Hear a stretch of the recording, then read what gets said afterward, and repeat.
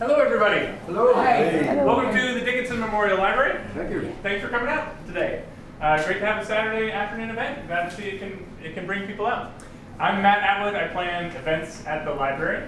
If you ever have suggestions about events, please let me know. Or questions about events, I'd love to hear it. I'd like to direct your attention to the little half sheet stuff we have coming up just in March on Tuesday at 6:30.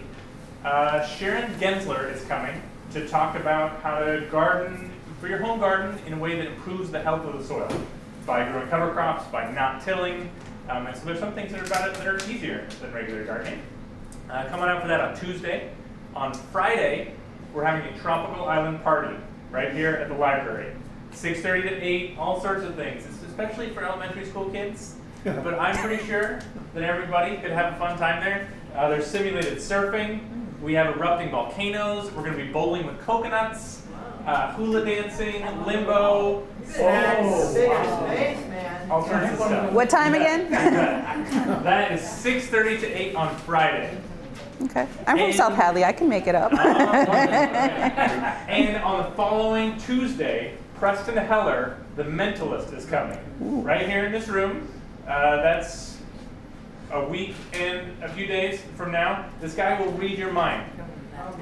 So this is not something you want to miss. I need all the help I can get. Yeah, in case you forget. He's there to help. We're pleased that we're able to broadcast tonight on BNC TV, Bernardston-Northfield Community TV. Thank you to Tyler Borbo for being here.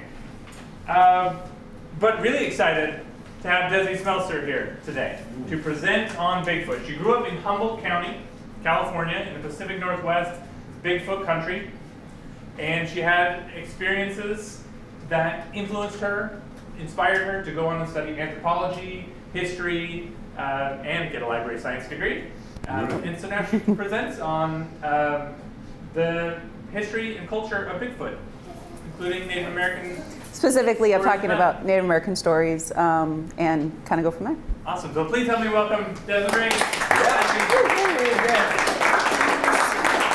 Thank you. Thank you all for coming on this really warm Saturday afternoon. But I'm Desi. My real name's Desiree, but I go by Desi, like Desi or Nez. It's usually easier for patrons to remember. I am Matt's counterpart down in South Hadley. Just so you know, my parents were deaf, so some of the experiences I had when I was younger was because I'm pretty sure Bigfoot thought it was only hearing children and was confused. And I'll get into that when I get further into my presentation.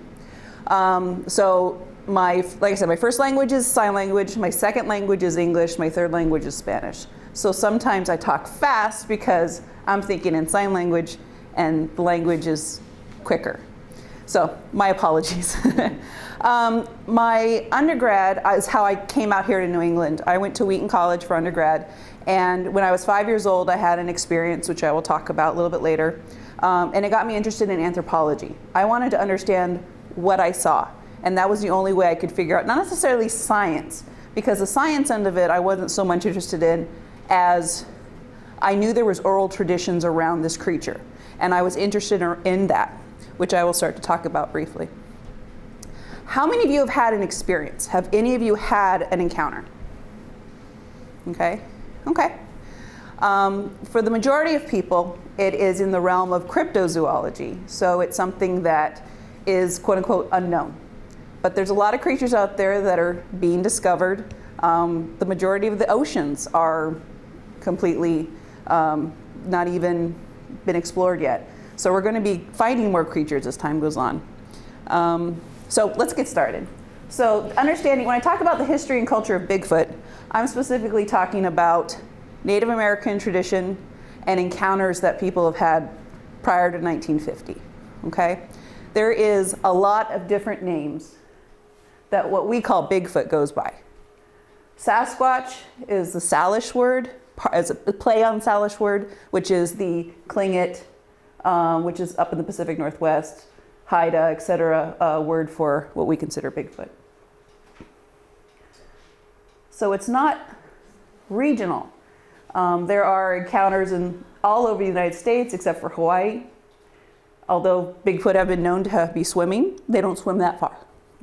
So it's just something to kind of keep in mind.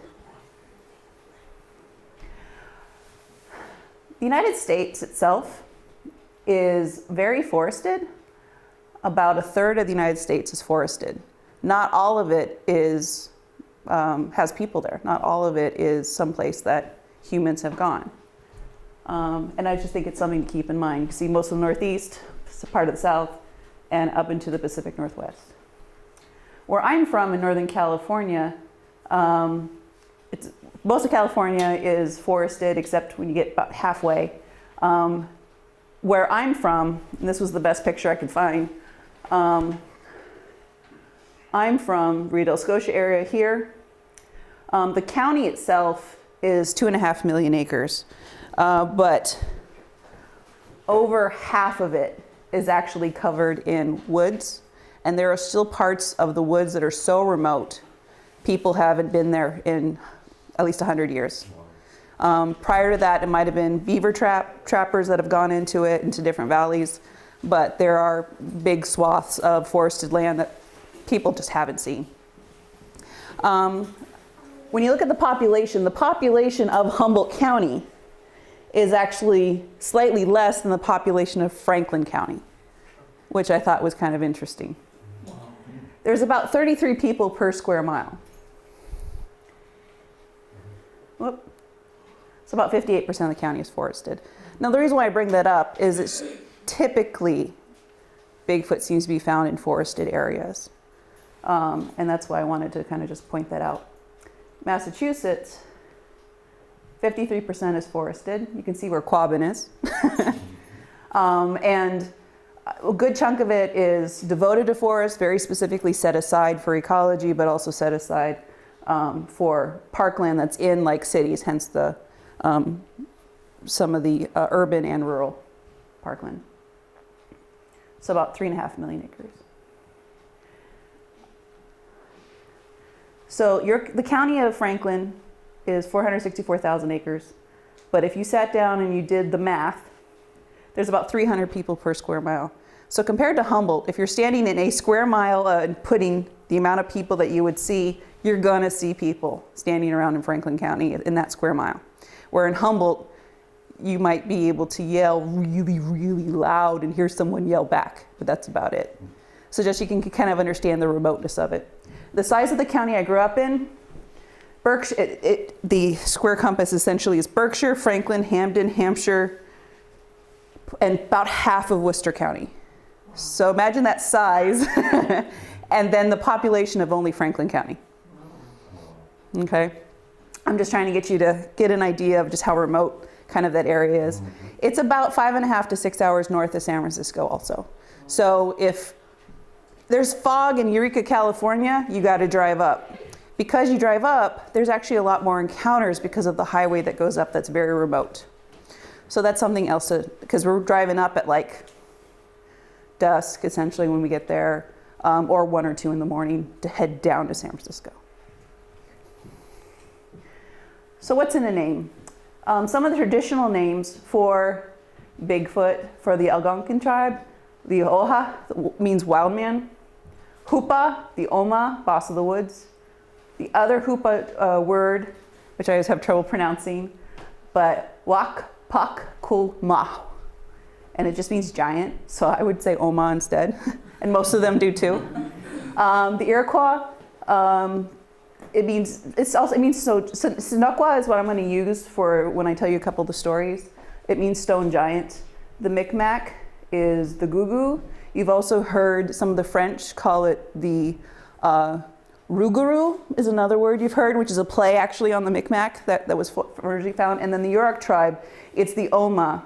It's believed the Yurok speak in Salish also, but there's not very many Yurok left to actually kind of work on their language. My specialty for anthropology was actually languages, specifically looking at sign language as ASL as a culture. So I'm interested in where these words came from. The part that amazed me was out of the 57 tribes in North America, most of them have 1 or 2 words that deal specifically with what we would call Bigfoot or Sasquatch.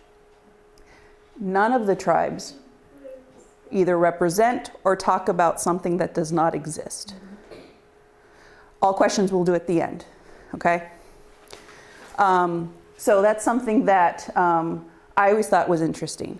So when you see, for example, on the totem poles, you'll see, usually it's a female Bigfoot represented. She has these long breasts, and there's usually a basket that she'll stick on the back that she sticks bad kids in, and she'll walk away with them. And she'll end up, they think that she eats them, but that's just the oral tradition around it. So I remember being a kid and my parents saying to me in sign language, be careful in the woods or the Bigfoot will eat you. So I'm like, okay, I'll just stay here. It worked. It worked. It did work. So some of the Native American oral traditions from the Northeast, the Iroquois stone giant, these are some of the pictures I found from the Northeast Sasquatch Research Association. This one's from the U.S. Archives called My Uncle. And one of the stories, the Genosequa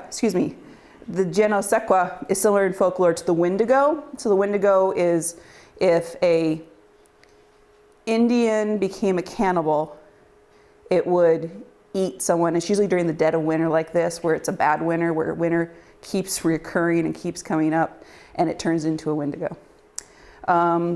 So the problem is with the Wendigo is there's no fullness attached to that eating. So once you eat, you want to eat more, and you want to eat more until you just become this savage beast. So at the time, so their oral tradition is the Genosequa, or the stone coat giants, had run over the country. They fought a great battle and held people in subjugation for a long time. The stone giants were so ravenous that they devoured the people in almost every town in the country. The family separated from the others and went to the northwest. The stone giants decided to leave. The family was left to seek habituation, and rules for humanity were forgotten. So they ate raw flesh of animals, and they practiced rolling themselves in the sand. This meant that their bodies were covered in hard skin, and these people became giants and dreadful invaders of the country. They were the holder of the heavens. The holder of the heavens led them into a deep ravine because he didn't like what they were doing. And it was near Ogundaga. And they rolled stones on top of them in the middle of the night, but one escaped. And since then, the stone coat giants left the country and sought asylum in regions to the further north. So that's their oral tradition about what we know as Bigfoot or Sasquatch. The next one I'm going to talk about is the Micmac tribe, which is north of us. So if the stone giants went north, this is where they would have headed. The Micmac, they're known as, they call it the Chino, or the devil cannibal. Are we sensing a theme here? The origin of the Chinu is when this great big witch was conquered by smaller witches that could kill the great witch, the giant witch, and turn him into a Chinu. He can fight, and they get ready to fight. They suddenly become really tall, and as tall as trees. Their weapons are the trees themselves that they would pull up out of the ground and throw at you or rip out. And they just had enormous, great strength. The strength depends on the quantity or size of the piece of ice which lives in their heart. The little piece of ice looks like a full-figured human with hands and feet and a head, and in every section of it's perfect. The female Chinu is even more powerful than the male Chinu. And they make a noise like a roaring lion, but is sharper and shriller and more frightful. And they live somewhere in the far, far cold north of northern Canada. So I thought that was always interesting. So I'm going to show you a little bit about where I grew up. And these are the stories I heard growing up. Because in Humboldt County, once you've kind of had dinner and relaxed and you're chatting with friends and just kicking back, you talk about sometimes some of your experiences. And it's not just, it's actually a very frequent occurrence for people to have encounters in Northern California. The majority of the population lives in very, very rural areas. So to get from one place to the next, it's not like parts of New England where it's just one town into the next. You can see everything. Where I grew up, there's a town and then lots of farmland and then another town. So to get from point A to point B, you're going through lots of backwoods and lots of farmland. So it ends up being a little different. We have grizzly bears, which is why the building that you see in the lower right-hand corner, That's to keep grizzly bears out. Typically the men would keep their belongings in there, but if there were bad weather or people were getting attacked, because there were lots of tribal warfare up there too, they would hide in there and they would be able to not worry so much. So the big thing that they would do was salmon fishing on the Klamath River. For those of you who like going boating in rapids, it's a class 5 river. I, as a kid, would go down it with duct tape around my glasses and an inner tube. So, how times have changed. But they're fishing with nets, and they go out in the rivers, and they also go out to what the jetty is, which is essentially where a lot of large rocks are, where the sand is. If you've ever seen Goonies, that's the best way to describe it. Along the beach, you see all these large rocks. That's how it looks. So a little bit about the Oma. Among the tribes of the Trinity River is a legend of the Oma. The Oma were giants and the leader of the pre-human race. The Oma was expelled from the country it inhabited near the mouth of the Klamath River for disobeying and offending the Creator, and a curse was pronounced upon him, for not even his descendants could return to the land.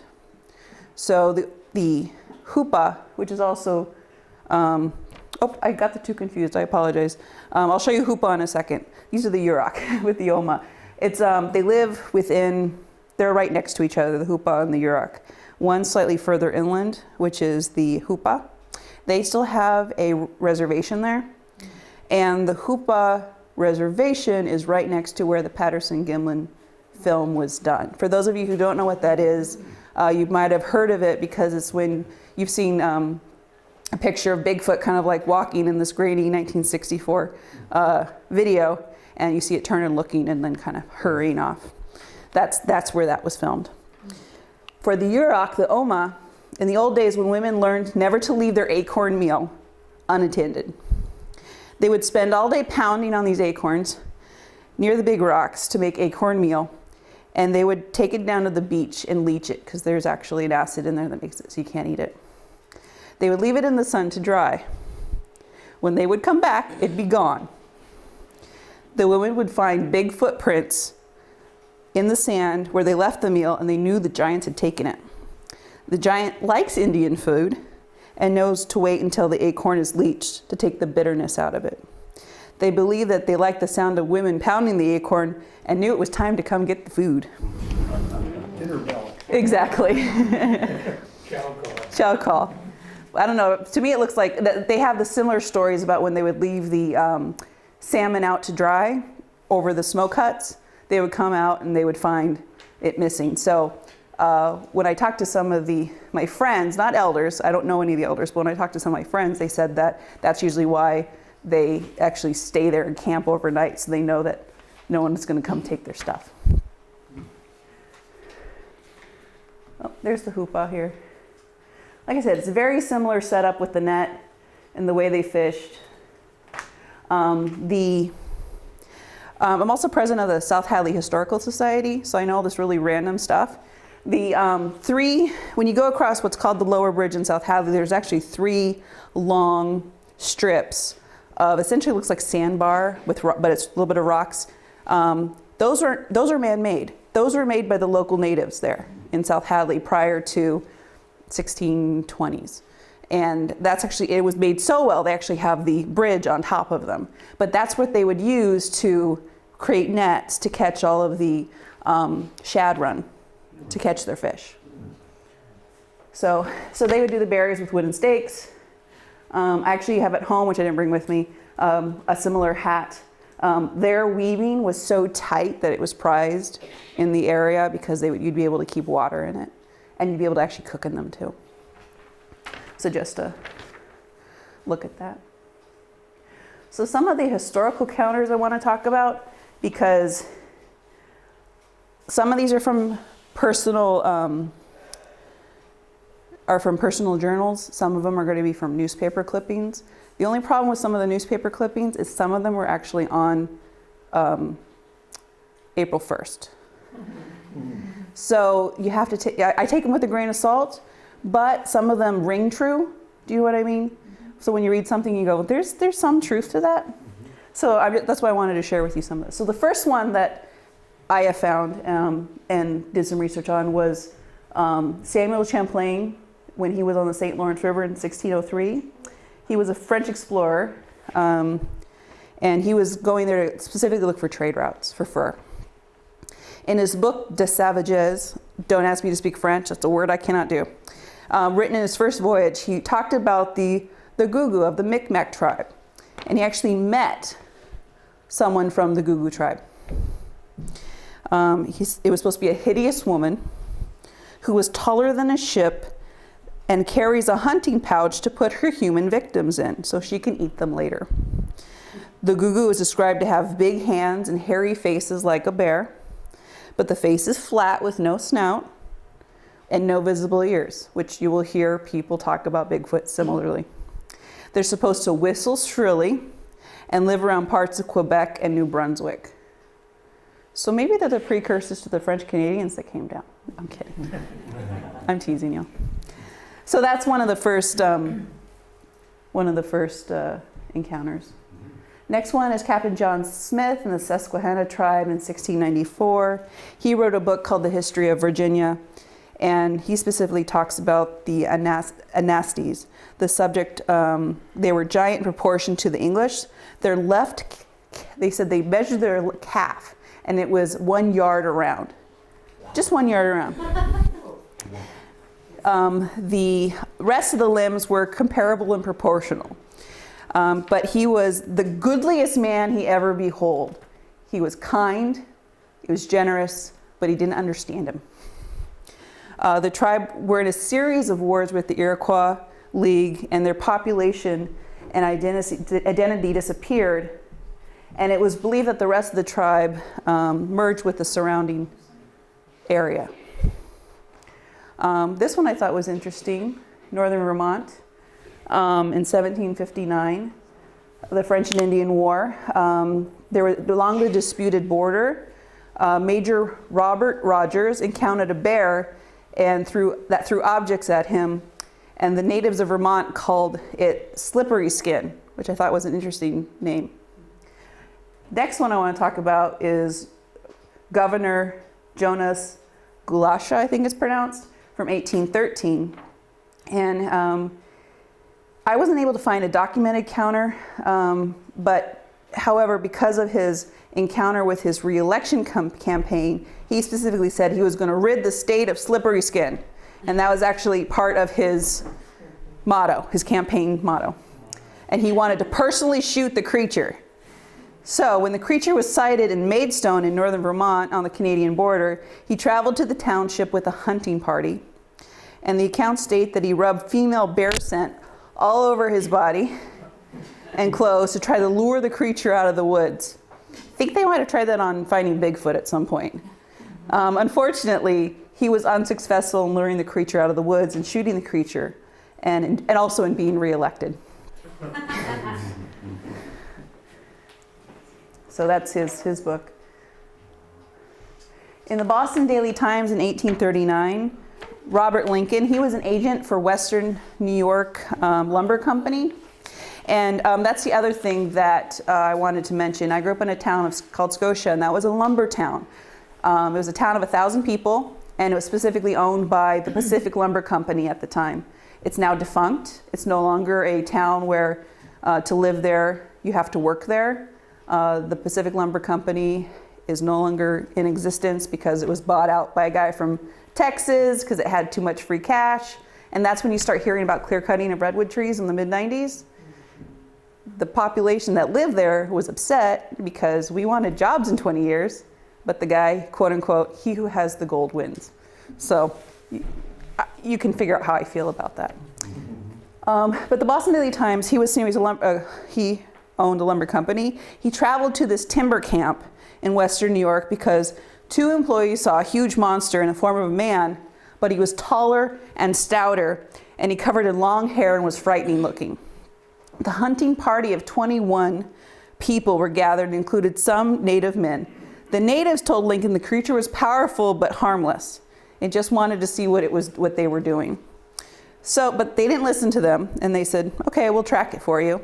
So when the creature found Lincoln, he took out his spyglass and he viewed the creature. He said it appeared between 8 to 9 feet tall, very athletic, and more like a beast standing erect than a man. The beast was captured and it howled for hours on end and did not accept food or drink for 3 days. When the creature did eventually eat, it became quiet and sullen ever since. So it became resigned. Lincoln noted that the creature was exhibited in New York, but there's no mention of what happened to the creature after the expedition. And there is talk of a couple of different Bigfoots at different points in history being caught, but nothing knows what happens after a certain expedition happened. One of my favorite stories is actually from The Wilderness Hunter, and it's a story that Theodore Roosevelt heard secondhand. And it's kind of creepy, but it's fun. So this is about 1880s that he heard it, but he put it in his book, which was published in 1893 specifically. So Roosevelt shared a story about a fur trapper called Bowman. At the time, he was traveling with a partner.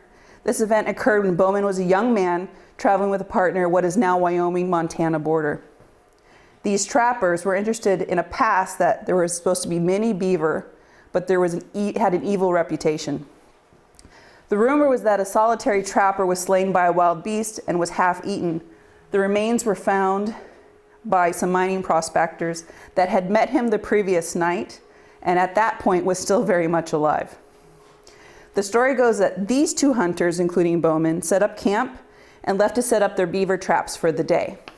When they returned to camp, something had rummaged around in their camp and scattered things about like a bear would. So they found the footprints and noted that it looked like a bear, which you will hear people talk about finding Bigfoot tracks and they have to determine if it's like a bear or not. Because if you see a bear step, it'll sometimes step into its own footprint, creating a longer footprint. So the bear, but the thing that was strange to them, it looked like the bear was walking around on 2 legs. They laughed about it and went to sleep. The men woke up in the middle of the night to a wild beast odor, and Bowman caught the silhouette of a great body out in the darkness. He shot at the threatening shadow, and he must have missed because the shadow went smashing back into the woods. So they stayed up all night with a fire as big as they could get it blaring because they were scared. Let's see here. They decided because they were scared they were going to leave the next day. But they first had to go to check their traps. So the next morning they went and they started to collect their traps, and they went together because they were scared. But because of how, you know how when you're scared in the middle of the night, in the beginning of the day, I don't know why I was so scared. That must have been ridiculous. So they decided to split up because it would cut their time in half. One would go look at the traps, who was Bowman, who went and looked at the traps, and this other guy went back to camp to collect everything together and get ready to go. Bowman found 3 beavers in one of the traps, so it took him several hours to prepare the pelts. When he finally returned to camp, he shouted for his friend, but there was no answer. The fire had gone out, and there was just a little thin line of smoke curling from the fire. Bowman found his friend. His body was splayed out. His friend's body was still warm, but there were 4 large fang marks in his neck. The tracks of the man and the beast told the story. His friend had sat down on a log with his back to the forest, facing the fire to keep warm. He was snuck up upon and killed. Bowman, utterly unnerved and believing the creature to be half man and half devil, abandoned everything but his rifle and struck off as fast as he could down the pass, not halting until he reached the meadows beyond the forest, and he kept going all night until he felt he was beyond the reach of pursuit. So I love that story, but it's creepy as heck. There's one encounter here in Webster, Mass. that I thought was interesting. This was in the Boston Daily newspaper, but this was actually July 16th. And it's believed that, for political, social, and business circles were stirred up yesterday by a report of a wild man seen in a berry pasture on Orchard Road. It is becoming established that the wild man will show up year after year to go to this berry pasture. But it frightened Miss Paul Lampshire and their children, who happened to be berry picking and saw the creature. Guess it startled them by yelling a whoop. The family was now terrified and ran fast as they could to town, but the group of men who went looking for the wild men could not find it. So those are some of the historical newspaper clippings that I thought were pretty interesting, at least for most of the area around here. So to talk a little bit about what I encountered growing up. This is the Eel River. Northern California, where you would go swimming and fishing, looks a lot like this. There's a nice ridge line up top that you can see, that you can walk around, and you get this beautiful views. Some of the times you'll have sheer cliffs that you can walk up near, and if you sit down, you can just sit and watch, and sometimes you'll see black bears go by, deer in the valley, sheep. It's pretty cool to just sit and watch. I've been there, it's beautiful. Yeah, thank you. It is. Like it's a personal thing. Yes, thank you. I did it. Where I'm from is 250 miles north of San Francisco. This is kind of get you to me, much younger. But this is the town of Scotia I was telling you about, which is the lumber town. And this is the town of Riedel, which essentially was the place the lumbermen went and hung out once they got paid. And there was a lot of prostitution, a lot of saloons, and it was almost like the bedroom community for Scotia.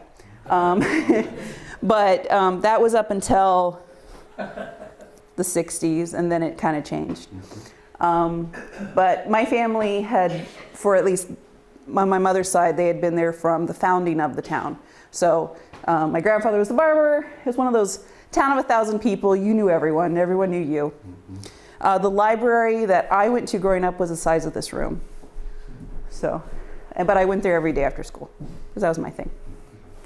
So my first encounter, and these are some pictures of my family and me in the area, just so you can kind of get an idea of what it looked like.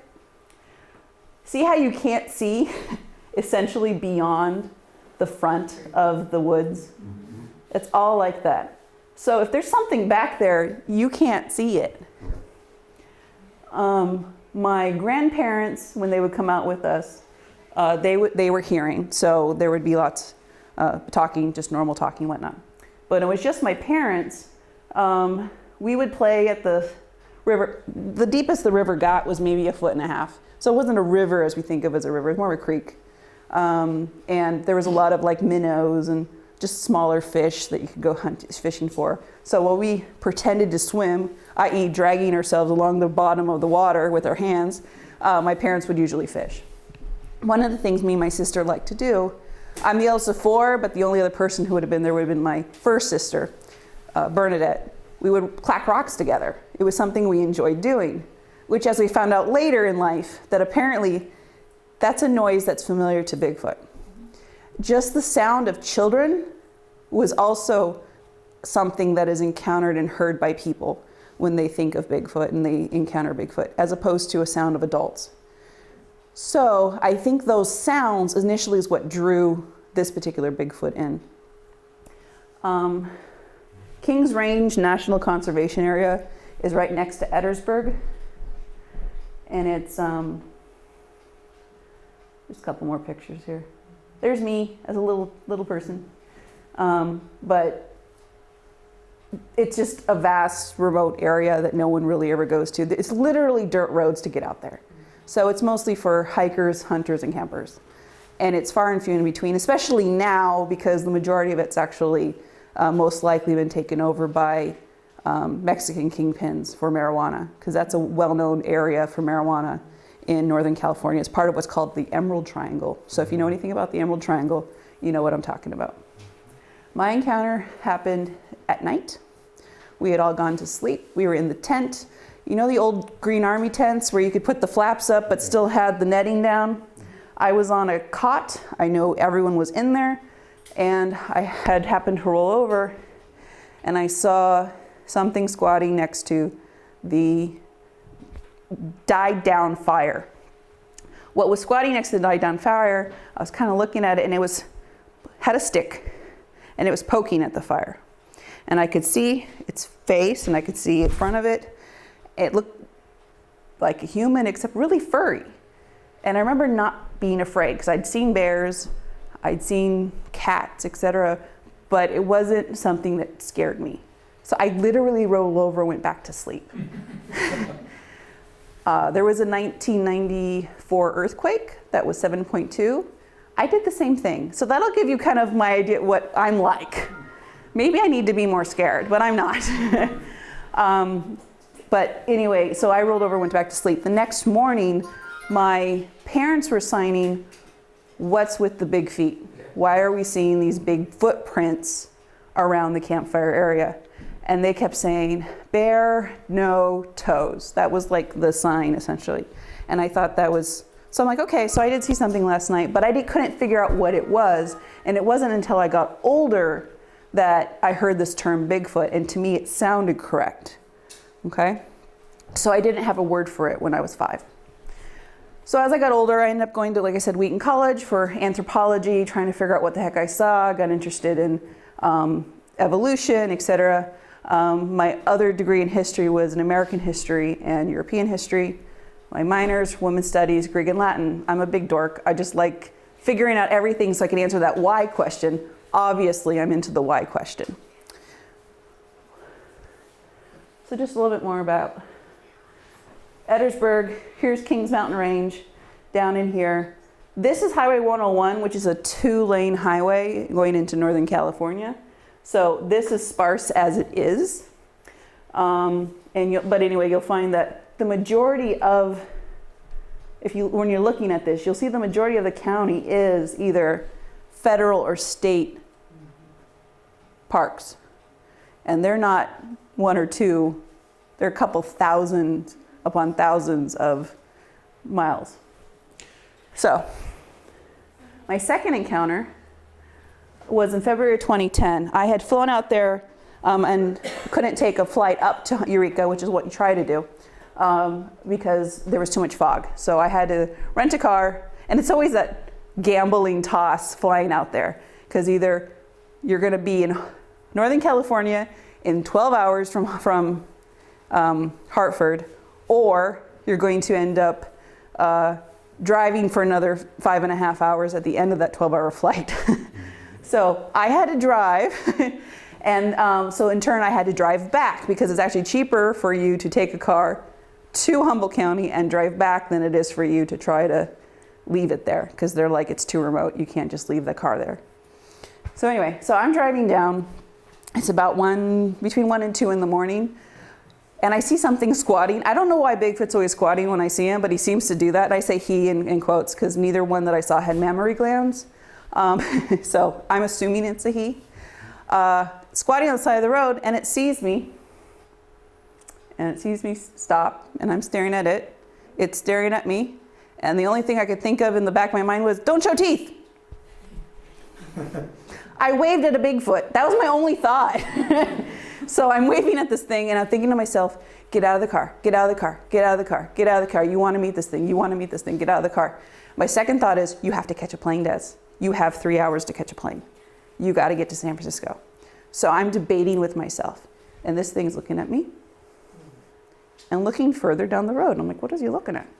Looking at me, further down the road. So I'm like, I got to catch the plane, because I'm not made of money. So I end up bye, I waved. I don't know why I'm thinking waving's working, because this is a cultural thing. It's looking at me like I'm nuts. So I'm like, okay, but I figured it was some interaction. It was something to show that I was okay. I think it saw I was female from the light of the car, because I don't dress for anyone but myself at 2 in the morning, so I had a kind of lower cut shirt and was just trying to be comfortable. So I think it could tell I was female. So I took off down the road, and about 30 yards down in the slight ravine, you can just see it down in here. So Bigfoot was slightly in front of this, like over here. There was deer down in here when I turned and looked.